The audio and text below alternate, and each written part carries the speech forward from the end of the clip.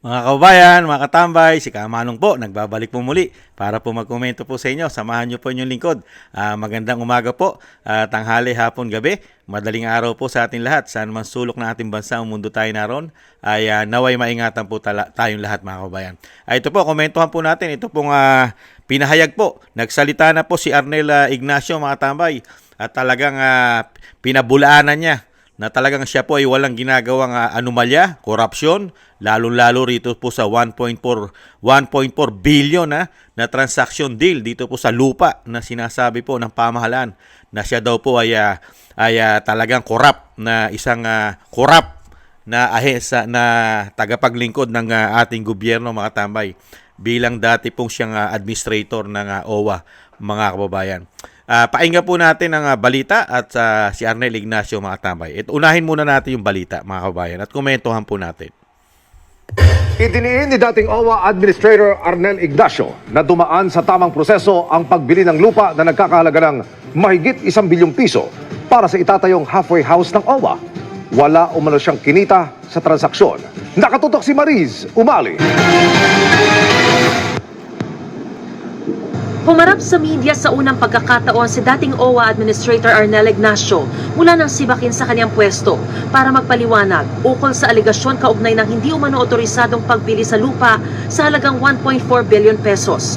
Ayon kay Ignacio, dumaan daw ang transaksyon sa tamang proseso. Ito po ay dinala namin sa board.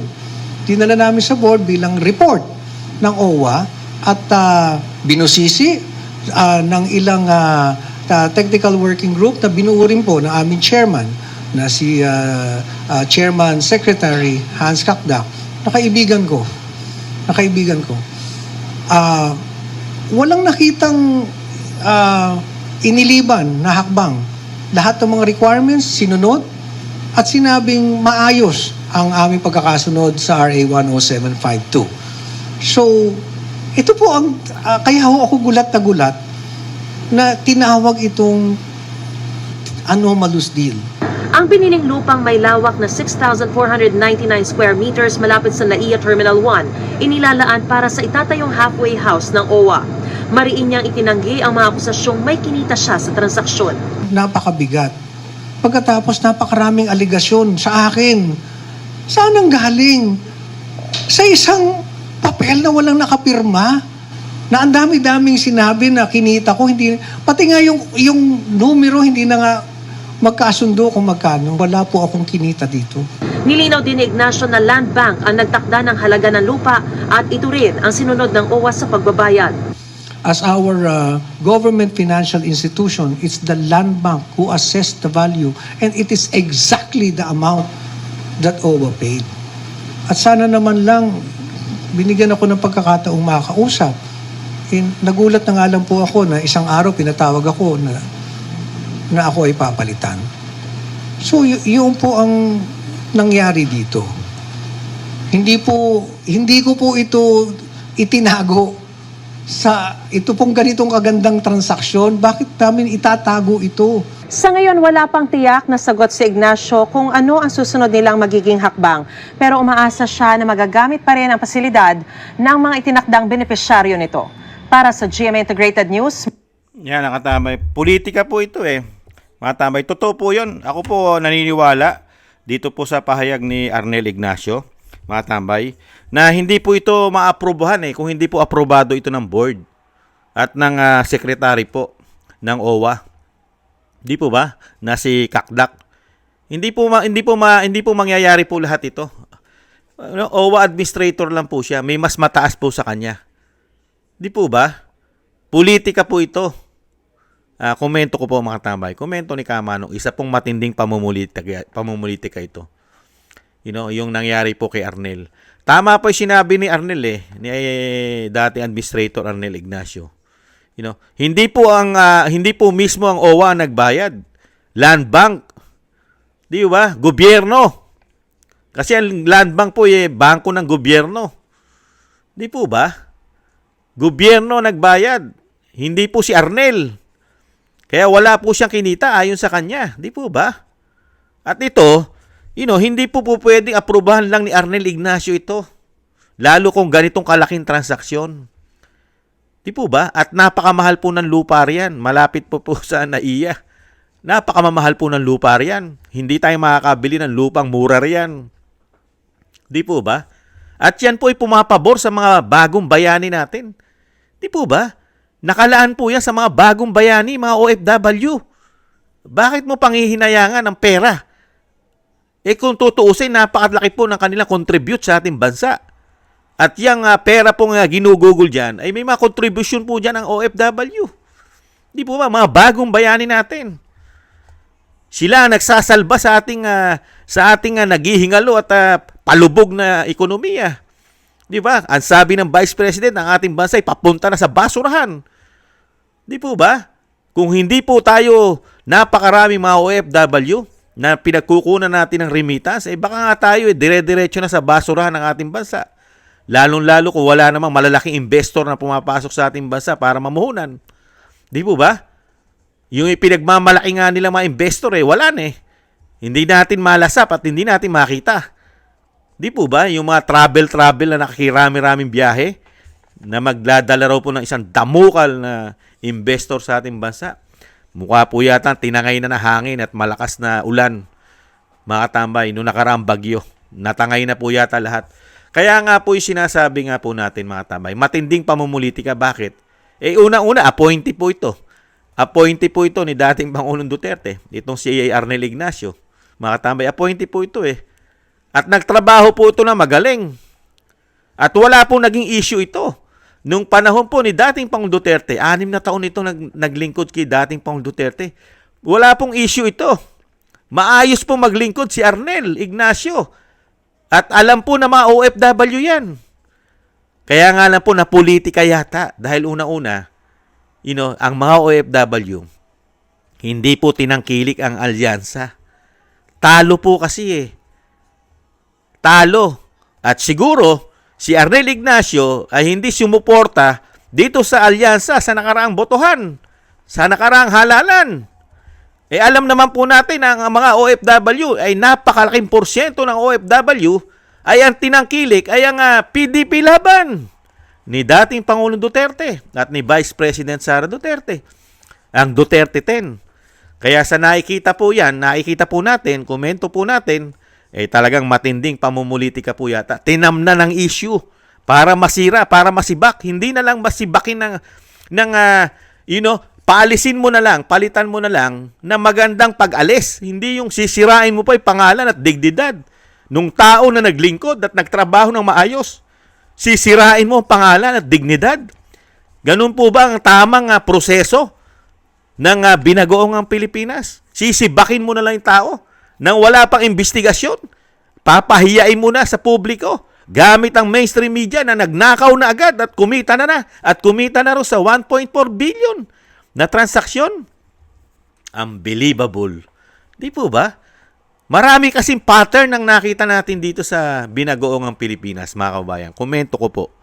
Nangyari na po ito eh. Katulad po ng ginawa nila kay General Bantag.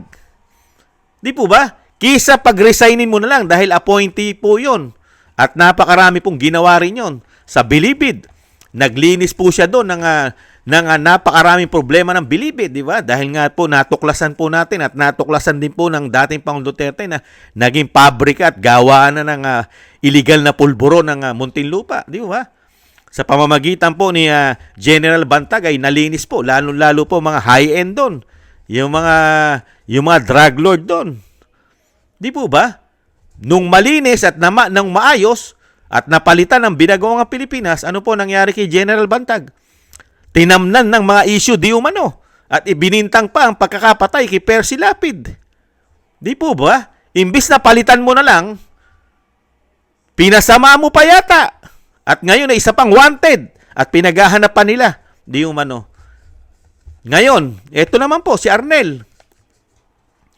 Buti na lang po to si Arnel Ignacio, maingat talaga siya. Talagang wala siyang tinatago. At dokumentado po lahat ang transaksyon niyan. Alam naman po natin, kahit po hindi naman po tangat bobo mga Pilipino, ganun-ganun na lang po ba ang transaksyon sa gobyerno at ganun-ganun na lang po ba na isang administrator ay susundin ng lahat, pati ng sekretary ng OWA. Sige nga, susunod pa sa kanya, mas mataas pa sa kanya. Di po ba? Yung approval po ng lahat yan, ng board. Lahat po yan ay sangkot po riyan sa mga transaksyon po katulad po dyan sa OWA. Kung bibili ka ng ganyang lupa at ganyang kamahal na lupa, lalo sa NCR, lalo sa Metro Manila, ubod ng mahal. Di po ba? Bago yan aprobahan at ipasa sa board, lahat po sila dyan ay pipirma. Approval. At pinatunayan ni Arnel Ignacio yan. Di ba? Sinabi niya mismo. Hindi siya kumitar yan. Ang nagbayad yan, gobyerno. Land Bank. Pera galing sa Land Bank. Kaya nakakalungkot lang po mga tambay. Ibang klase ang ating gobyerno ngayon. Yung nagtatrabaho po ng maayos at matino, pilit pong sinisiraan yata at pinababagsak. Lalong-lalo kung hindi po nila nakukuha ang gusto yata nila. Mukha yatang hindi nila nakuha at hindi nila nagustuhan ang nangyari. Dahil nitong nakarang halalan ay halos po sila'y mabokya. Dahil ang suporta ng OFW ay dating Pangulong Duterte. Ibabalik lang po natin. At alam naman po natin si Arnel Ignacio ay mukha yata, hindi yata 100% ang ibinigay niya suporta rito sa sinasabing alyansa ng binagoong Pilipinas. Nakakalungkot lang po mga tambay. Yung mga matitinong mga lingkod bayan natin ngayon, pinasasama, pinababagsak, nilalagyan ng isang damukal di umano mga issue at corruption. Di ba? Nangyayari yan eh. Nakita niyo po yung ginagawa sa dating Pangulong Duterte at kay Vice President. Grabe po nila ipolitika at tamna ng isang damukal na issue ng korupsyon daw, di umano. At dito naman sa dating Pangulong Duterte, kahit po ilabagin nila ang batas, kahit po gawin nilang kidnapping ang ginawa nila sa dating Pangulong Duterte, ginawa pa rin nila. Dahil sa sobrang pamumulitika, demolition job. Grabe. Pagka talagang ginusto nila, kahit na paglabag, kahit mali, kahit ano, magagawa nila. Dahil sila ay nasa kapangyarihan. Kaya-kaya ka pa nilang sirain. Kaya-kaya ka pa nilang burahin. Burahin sa politika. Pag gugustuhin nila, gamit ang lahat. Gamit yata, pati ang mainstream media yata, para masira ka. Di umano. Ganyan po katindi, ganyan po karungis yata ang labanan ngayon sa ating bansa. Mula nung pumasok ang binagoong ang Pilipinas yata, naging sobrang rungis na ang politika yata sa ating bansa. Lahat po ay gagawin na yata. Ibang klase. Lahat na gagawin. Dahil dito sa sinasabing kapangyarihan, kaswapangan, sobrang greedy sa kapangyarihan. Lahat yata gagawin. Ang gusto yata sa ating bansa ay puro masasamang tao na yata, di umano ang manungkulan. Sila na. Pagka ikaw ay matinot, mabuti, na lingkod bayan, iitsapwera ka, pasasamain ka pa. Kung hanggat maaari, baka ipakulong ka pa nila. Ibang klase, mga kabayan. Ganyan po katindi. Kaya ipagpatuloy mo yan, Arnel Ignacio, lahat ng nalalaman mo na lahat ng transaksyon, alam naman namin na dokumentado yan, ilabas yan. Nakakalungkot lang po. Talagang gusto ka na nilang palitan pero masama pa ang ginawang pagpapalit sa'yo. Gusto ka na nila sibakin pero pinasama pa nila ang pag-resign mo. Mga tambay, pinasama. Imbis na sabihin na mag-resign ka na, papalitan ka na, okay na ang paglilingkod mo, maayos sana ang naging ang pagiging palitan ng bagong administrator. Hindi. Masama ang naging palitan. Bigla ka na lang sinibak, hindi ka kinausap ng Pangulo. Walang nakipag-usap sa'yo, sibak ka agad. Tapos bigla na lang puputok sa mainstream media na ikaw ay isang magnanakaw. Kumikita ka. Nangungumisyon ka sa gobyerno. Ibang klase, oh. Ibang klase pala pagka meron tayo na ganitong administrasyon, di umano, na may issue ng pulburon. Yung ganyan po pala. Saan kaya pupulutin ang ating bansa, mga tambay? Mahirap pala maglingkod ng tapat at tama, mga bayan. Yung naglilingkod ka na maayos sa gobyerno at nagugustuhan ng mga OFW ang iyong paglilingkod.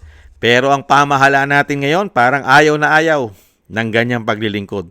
Mas gusto yung hawak ka nila sa leeg, kontrolado ka nila. Lahat ng gusto nila ang gagawin mo, mga kabayan. Yan yata ang gusto nila, di umano. yung mapasunod ka sa kanilang mga kamay. Kayang-kaya ka pasunurin. Lahat ng gusto nila ay hindi mo lalabagin. Pagka nilabag mo at nagserbisyo ka sa taong bayan at hindi nila yan ang gusto, ay madali ka pala nilang tamnan ng issue at napakadali ka palang pasamain, mga kababayan. Nakakalungkot, Nakakalungkot. Hindi lang, nagsunod-sunod. Sunod-sunod ang nangyayari po sa lahat po ng malapit sa pamilya Duterte, kadikit, mga dating appointee. Nakikita po natin kung paano po nila, paano po nila yata pinasasama. Nilalagyan ng isang damukal na mga issue para masira. Grabe, no? Napakarungis ng politika yata nila. Grabe karungis. Ibang klase, pero ang nakapagtataka lang, tulog eh. Ang ating mga men in uniform, tulog. Wala silang nakikita. Isang damukal na issue ng korupsyon sa ating bansa. Isang damukal na pamumulitika. Isang damukal na paglabag sa batas, di umano. Walang nakikita ang ating mga men in uniform. At wala rin nakikita ang ating men in uniform. Dito po sa issue ng pulburon ng Pangulo, wala. Tulog, bulag, pipi at bingi. Bulag, pipi at bingi ang ating men in uniform. Na napakalaki at putok na issue ng pulburon. Okay lang sa kanila. Bakit kaya? Dahil lagi silang priority sa budget. Nagtatanong lang si Kamanong. Ganyan na po yata katindi, mga kababayan. Sana po pumanig po ang batas kay Arnel Ignacio. Yung batas po sana ang masunod, hindi po yung batas ng pamumulitika. Kasi po pagka batas ng pamumulitika po ang nasunod dito sa issue na ito, madali po nila ipakulong yan. Maipapakulong po nila si Arnel Ignacio dahil nga po korupsyon at masisira na po pagkatao niyan. Pagka po ang batas po ng mga politiko ang umiral. Pero pagka batas ng hustisya at lalong-lalo po ito, ang proseso naman po ay tama at ang nagbayad naman po ay Land Bank, wala pong nilabag na batas ang Arnel Ignacio. Napolitika lang po, di umano. Sobrang napolitika lang. Dahil kasama po yata ito sa Oplan Horus, di umano. Sa Oplan Horus. Hindi kaya, mga kabayan? Nakakalungkot. Lakasan mo lang ang loob mo, Arnel Ignacio. Talagang na ganun talaga eh. Pagka talaga pupolitikahin ka at talagang ikaw ay lumalagay sa ayos sa tama, ay baka iyan po ang nagiging dahilan. Pagka ikaw ay tama at ayos at nagiging tapat ang iyong paglilingkod, yan yata ang ayaw nila na mangyari, mga kabayan. Lalo na kung pumapanig ka sa katotohanan at pumapanig ka sa ginawang maganda ng mga Duterte. Yan po ang mahirap ngayon sa ating lipunan ngayon, lalo sa politika, mga kabayan. Ay nako, maraming salamat po muli sa nakagusto po ng ating tambayang makabayan, sa ating po mga taga-subaybay, taga-pakinig, taga-panood, at siyempre po sa lahat po ng ating subscribers. Thank you po, shoutout po sa inyo lahat. Maraming salamat po. At thank you rin po sa mga biyayang pinagkakaloob nyo po sa inyong lingkod.